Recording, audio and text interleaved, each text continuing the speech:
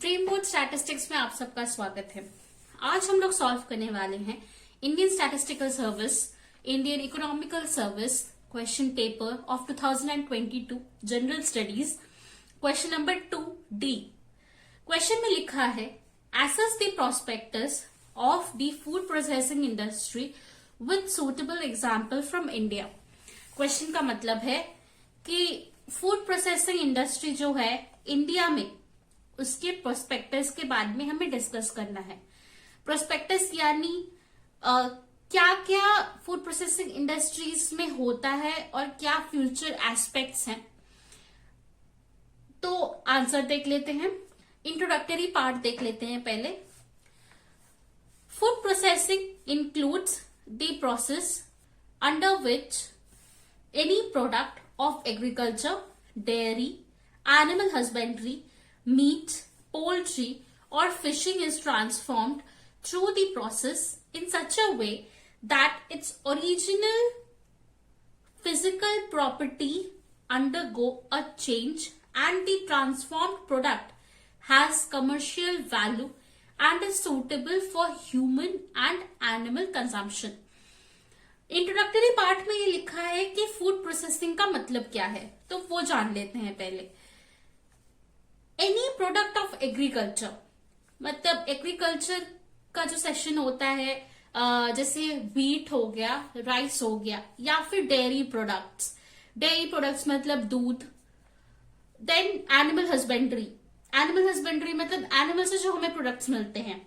Meet, फिर poultry, fishing is transformed through the process. कुछ process होते हैं जिस प्रोसेस के अंडर गो फिजिकल प्रॉपर्टीज को चेंज करके उसमें कमर्शियल वैल्यूज ऐड किए जाती हैं, जो कि ह्यूमंस और एनिमल्स कंजम्पशन के लिए सूटेबल हो। It is also include the process of value addition to produce products through methods such as preservation, addition of food additives, drying, etc., with a view to preserve food substance in an effective manner, enhance their shelf life and quality। Food processing में और एक चीज होता है जिसको कहते हैं value addition. Value addition यानी उस फूड के अंदर, कोई भी फूड हो सकता है, उस फूड के अंदर हम जब प्रिजर्वेटिव्स ऐड करते हैं या वो फूड ड्राइंग के प्रोसेस के थ्रू जाता है, इन सब चीज को वैल्यू एडिशन कहते हैं। और ये क्यों किया जाता है? ताकि प्रोडक्ट का जो भी सब्सटेंस है, फूड सब्सटेंस है, जो भी हमारा प्रोडक्ट है, उसका अच्छा बिहेवियर हो उस फूड का, ऑल्सो उसका एक शेल्फ लाइफ बढ़ जाए और क्वालिटी भी अच्छा हो जाए।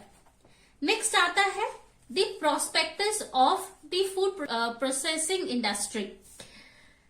India is world's second largest producer of fruits and vegetables after China, but hardly 2% of the producers is processed। मतलब India is world's second largest producer of fruits and vegetables, पर after China, पर hardly 2% जो भी production होता है, उस production का hardly 2% processing होता है to the food processing industry. Next prospects है, in spite of large production base the level of processing is low. Approximately 2% of fruits and vegetables, 8% of marine, 35% of milk, 6% of poultry are processed. पहले point में जैसे discuss किया है कि जो food producing industry है, India is second largest, but still 2% ही processing होता है फ्रूट्स और वेजिटेबल्स का। वैसे ही 8% मराइन फूड जो होता है, जो भी प्रोडक्शन होता है मराइन के थ्रू, उसका भी 8% ही फूड प्रोसेसिंग इंडस्ट्री में जाता है। 35% ऑफ मिल्क प्रोसेसिंग होता है, बाकी नहीं होता है। Then 6% of poultry is processed. ये क्यों होता है? क्योंकि डेवलपमेंट उतना अच्छे से नहीं हुआ है। Next point is more than 75% 50% of industry is in the unorganized sector. दो सेक्टर्स होते हैं, एक ऑर्गेनाइज सेक्टर होता है, एक अनऑर्गेनाइज सेक्टर होता है. अनऑर्गेनाइज सेक्टर के अंदर फूड प्रोसेसिंग इंडस्ट्रीज नहीं होते हैं, वहां पे फूड प्रोसेसिंग नहीं हो पाता है. ऑर्गेनाइज सेक्टर इतना कम परसेंटेज है और उसी ऑर्गेनाइज सेक्टर्स के अंदर ही ये बाकी जो परसेंटेज है, like 2% of fruits and vegetables, 8% of marine products, 35% of milk products, ये सब ऑर्गेनाइज सेक्टर के अंदर आता है. Next, India's livestock population is largest in the world with 50% of buffaloes and 20% of cattle. Now, you know, buffaloes and cattle are useful for food processing industry. They give us milk and other products also. But still, the processing industry is low. The livestock population is highest in the whole world, India's livestock population, but the food processing industry is low. Next, there is a need to move up the value chain in the processed food products to boost farmer incomes. इसका मतलब क्या है? जो value chain हमारा है, value chain is unorganised sector को upgrade करना to the organised sector. This is the value chain processing.